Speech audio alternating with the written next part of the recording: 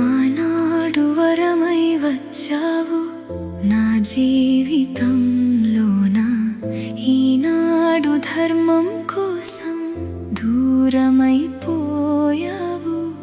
14 సంవత్సరాల విరహ వేదనలో నీ జ్ఞాపకమే నా శ్వాసగా నిలిచింది. నిద్రను త్యజించి అన్నకు సేవ చేసినావు, నేను ప్రేమను త్యజించి నీ కోసం వేచి ఉన్నాను. ఓ లక్ష్మణ.